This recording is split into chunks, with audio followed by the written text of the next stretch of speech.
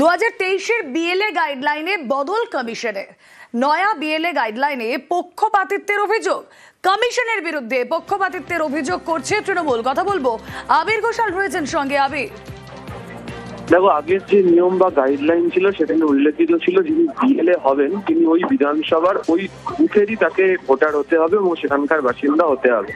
নির্বাচন কমিশনের তরফ থেকে নতুন যে বিএলএ গাইডলাইন বা নোটিফিকেশন জারি করা হয়েছে সেখানে বলা হচ্ছে যে তিনি ওই বিধানসভা কেন্দ্রের ভোটার হলেই হবে এবং এটা নিয়ে প্রবল আপত্তি জানাচ্ছে হচ্ছে তৃণমূল কংগ্রেস। তাদের বক্তব্য হচ্ছে যেহেতু বিরোধী দল বিশেষ করে বিজেপি তাদের বিএলএ হওয়ার মতো কর্মী নেই, সেই কারণেই বদল ঘটানো হয়েছে এবং এক্ষেত্রে দাঁড়িয়ে অন্য বুথের লোক যদি বাইরে থেকে এখানে আসেন তাহলে জটিলতা বৃদ্ধির সম্ভাবনা।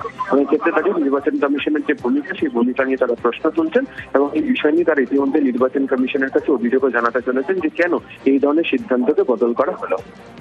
বেশ, কমিশনের বিরুদ্ধে পক্ষপাতিত্বের অভিযোগ করছে তৃণমূল। বিজেপি এবং বিরোধীদের সুবিধা করে দিতে ভয়ঙ্কর খেলা খেলছে জাতীয় নির্বাচন কমিশন। এতদিন পর্যন্ত নিয়ম ছিল বিএলএ 2 যারা হবেন তারা সেই বুথের বা সেই পার্টির হতে হবে। এখন নির্বাচন কমিশন বলছে যে বিএলএ 2 যদি কোনো পার্টে না পাওয়া যায় অন্য জায়গা থেকে বিএলএ 2 আনা যাবে। এর মানে কি? যেহেতু লোক পাচ্ছেন অর্ধেক বুথে, সেই জন্য নির্বাচন কমিশন বিজেপির কথায় বিজেপির স্বার্থে বলছে অন্য বুথের লোক এখন যদি বিএলএ 2 না পাওয়া যায় তাহলে অন্য বাইরের লোককে এনে অন্য বুথের লোককে এনে বিএলএ 2 করা যেতে পারে। তৃণমূল কংগ্রেসের তীব্র বিরোধিতা করছে। বিজেপি নেতা দেবজিৎ সরকার রয়েছেন এই মুহূর্তের সঙ্গে। দেবজিৎ বাবু, স্বাগত জানাবো নিউজ 18 বাংলা স্টুডিও থেকে। আমি রুমেলা কথা বলছি আপনার সঙ্গে। বিএলএ 2 নিয়ে নির্বাচন কমিশনের যে ডিসিশন, যে নির্দিষ্ট সংশ্লিষ্ট পার্টের না হলে যে কোনো জায়গা থেকে আনা যাবে, এটাকে তো তৃণমূল বলছে পক্ষপাত। দিল্লিতে ওনাদের পার্টি অফিস আছে, সেই পার্টি অফিস বা ওনাদের কিছু সাংসদ এখনো পর্যন্ত আছেন, তাদের বাড়ি আছে সেখানে। তিলক মার্গ বলে একটা রাস্তা আছে নয়াদিল্লি 1, ওই রাস্তার উপরে সুপ্রিম কোর্ট বলে একটা বড় বাড়ি আছে। তা ওনারা এই আপনাদের কাছে বিবৃতি না দিয়ে ওখানে কেন চলে যাচ্ছেন না?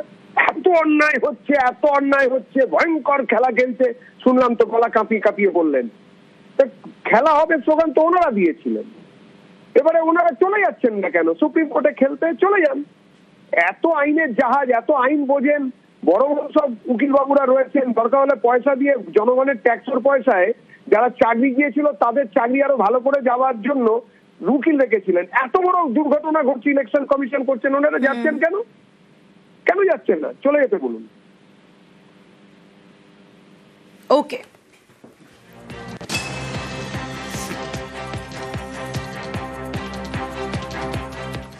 একুশের মতো 26-এও বাংলা জিততে ভিন রাজ্যের নেতাদের দক্ষতার উপরে ভরসা রাখছে বিজেপি।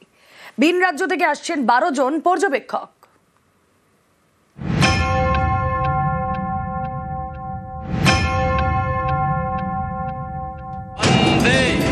26-এ বাংলা জিততে 21-এর মডেলেই ভরসা রাখছে বিজেপি। এবারেও বিধানসভা ভোটের আগে পর্যবেক্ষক হিসেবে রাজ্যে আসছেন বিজেপির ভিন রাজ্যের নেতারা। পশ্চিমবঙ্গে 12 জন পর্যবেক্ষক আসছেন ভিন রাজ্য থেকে। পশ্চিমবঙ্গকে 12টি জোনে ভাগ করে এক একটি জোনের দায়িত্ব দেওয়া হবে তাঁদের। প্রতিটি জোনের অধীনে থাকবে 7 থেকে 8টি করে লোকসভা কেন্দ্র। এই জোনের নির্বাচনী পরিস্থিতি নিয়ে রিপোর্ট তৈরি করবেন ভিন রাজ্য থেকে আসা পর্যবেক্ষকরা। সেই রিপোর্ট যাবে দিল্লিতে বিজেপির শীর্ষ নেতৃত্বের কাছে। এই 12 জন পর্যবেক্ষকের মধ্যে 8 জন সম্প্রতি কলকাতায় বিজেপির কোর কমিটির বৈঠকে উপস্থিত ছিলেন। এর আগে 2021-এও বাংলায় জিততে ভিন রাজ্য থেকে পর্যবেক্ষক এনেছিল বিজেপি।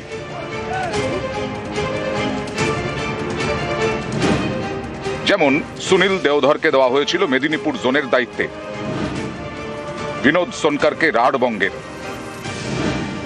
বিনোদ তাওড়েকে নবদ্বীপের। বিজেপির এই মডেলকে ভোটের ময়দানে বিজেপির বিরুদ্ধেই অস্ত্র করে তৃণমূল। ভিন রাজ্য থেকে নেতা আনায় বিজেপিকে বহিরাগতদের পার্টি বলে প্রচার করে রাজ্যের শাসক দল। পাল্টা তারা স্লোগান তোলে বাংলা নিজের মেয়েকে চায়। 21-এর ভোটের ফল বেরোতে দেখা যায় তৃণমূল একাই 200 পার। বিধানসভা ভোটের পদ্মের পরাজয়ের পর ভিন রাজ্যের এই নেতাদের কটাক্ষ করে তথাগত রায় সোশ্যাল মিডিয়ায় লেখেন, দলের কিছু নেতৃস্থানীয় লোক কামিনী কাঞ্চনে গা ভাসিয়েছিলেন। আবারও বাংলার ভোটে বিজেপির ভরসা ভিন রাজ্যের পর্যবেক্ষকরা। 21-এর নির্বাচন আর 24-এর নির্বাচন দুটোকে এক চোখে দেখলে হবে না। 21-এর নির্বাচনে বিজেপির দায়িত্বে যারা ছিল, প্রধানত কৈলাস বিজয়বর্গীয়, তারা বিজেপির পায়ে কুড়ুল মেরেছিল। 24 সালে যারা বিজেপির দায়িত্বপ্রাপ্ত ছিলেন তারা একটা উত্তরণ ঘটিয়েছিলেন। ত্রিপুরায় নির্বাচনটা আমি নেপথ্যে দাঁড়িয়ে দেখেছিলাম এবং ত্রিপুরায় বিজেপির যে বিপুল সাফল্য এসেছিল সেটা এসেছিল প্রধানত সুনীল দেওধর বলে একজন মহারাষ্ট্রীয় নেতা। সে দিল্লি থেকেই তাকে পাঠানো হয়েছিল, তার চেষ্টা এসেছিল আর কি। অতএব দিল্লির নেতারা আসলে ভালোই হবে, খারাপ হবে না।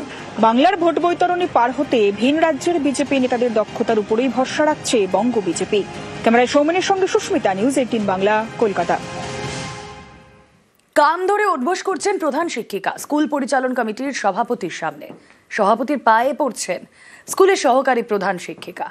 জলপাইগুড়ির স্কুলে চাঞ্চল্যকর ফুটেজ। স্কুল পরিচালন কমিটির সভাপতি, যিনি একজন তৃণমূল কাউন্সিলর, তিনি সিসি ক্যামেরার ফুটেজের সত্যতা মানতে নারাজ। তার দাবি, এআই করে তাকে দেখানো হচ্ছে।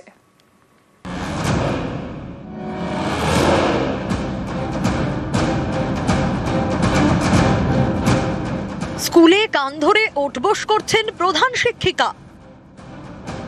সামনে বসে স্কুল পরিচালন কমিটির সভাপতি, যিনি ওই এলাকার তৃণমূল কাউন্সিলর। স্কুল পরিচালন কমিটির সভাপতির পা ধরছেন স্কুলের সহকারী প্রধান শিক্ষিকা।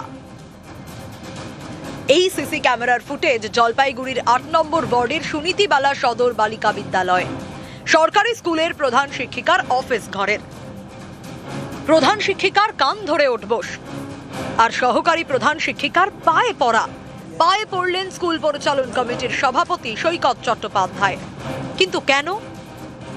দুই শিক্ষিকার দাবি, স্কুলে পড়ুয়ার ভর্তি নেওয়া শেষ হয়ে গিয়েছে গত বছর ডিসেম্বর মাসে। অভিযোগ, তারপরে আরো 125 জন পড়ুয়াকে ভর্তি করাতে হবে বলে চাপ দেওয়া হচ্ছিল। চাপ দিচ্ছিলেন স্কুল পরিচালন কমিটির সভাপতি সৈকত চট্টোপাধ্যায়। অভিযোগ, অতিরিক্ত পড়ুয়া ভর্তি না নেওয়ায় হুমকি দেওয়া হয়। তাই শেষমেশ স্কুল পরিচালন কমিটির সভাপতির পায়ে পড়া এবং তার সামনে কান ধরে ওঠবোস। ধরতে বাধ্য করেছিলেন। 8 নম্বর ওয়ার্ডে আমাকে অনেক রকম হুমকির সম্মুখীন হতে হয়েছে এবং আমি বেশ কিছু ঘটনার সম্মুখীন হয়েছি। আমি থানাতে জিডিও করতে গেছিলাম, কিন্তু থানা থেকে জিডি নেয়নি। ফলে আমিও মেল মারফত জিডি করেছি, 2টো রিট পিটিশন করেছি এবং 2টোই হিয়ারিং এর পর্যায়ে রয়েছে। আমি আমার লয়ার ব্যাপারটা দেখছেন, হুমকির বিষয় চলছে এবং ভীষণ চাপে আছে। সহপ্রধান শিক্ষিকা এবং প্রধান শিক্ষিকা আবদারগুলো মেনে নেননি বলেই উনি ভীষণভাবে আমাদের দুজনকেই খুব হ্যাকেল করার চেষ্টা করেছেন। আমার বাড়িতে সিসিটিভি লাগাতে হয়েছে। সিঙ্গেল আর্নার আমি মেয়ে নিয়ে থাকি। রাস্তায় ওনার ওপর আক্রমণের চেষ্টা হয়েছে। স্কুলে বিভিন্ন সময় টিচারদের অ্যাজিটেটেড করে দেওয়া হয়েছে। সুনীতিবালা সদর বালিকা বিদ্যালয়ের পরিচালন সমিতির সভাপতি সৈকত চট্টোপাধ্যায় জলপাইগুড়ির 8 নম্বর ওয়ার্ডের তৃণমূলের কাউন্সিলর, সম্প্রতি পুরসভার চেয়ারম্যানের দায়িত্ব পেয়েছেন। তার বিরুদ্ধে স্কুলে অতিরিক্ত পড়ুয়া ভর্তির জন্য চাপ দেওয়ার অভিযোগ। অ্যাসিস্ট্যান্ট হেডমিস্ট্রেস অরুণিমা মৈত্রকে দুর্নীতির মাধ্যমে নিয়োগ করেছিলেন এবং তারপর সেটাকে এবং মিড ডে মিলে বিরাট টাকা তছনছ করেছেন।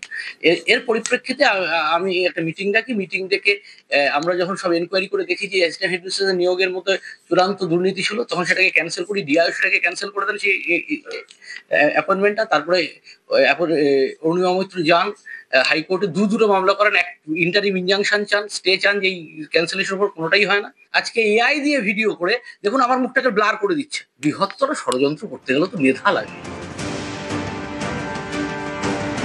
জলপাইগুড়ি থেকে পিনাকি শীলের সঙ্গে শান্তনু কর, নিউজ 18 বাংলা।